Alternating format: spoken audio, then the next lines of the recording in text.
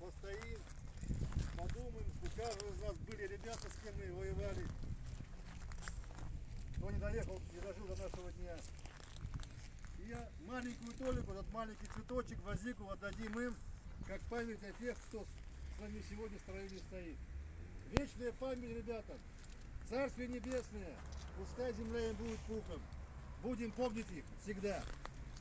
Честь имею. Предлагаю цветы памятнику воинам-афганцам, безвременно ушедшим от нас, разложить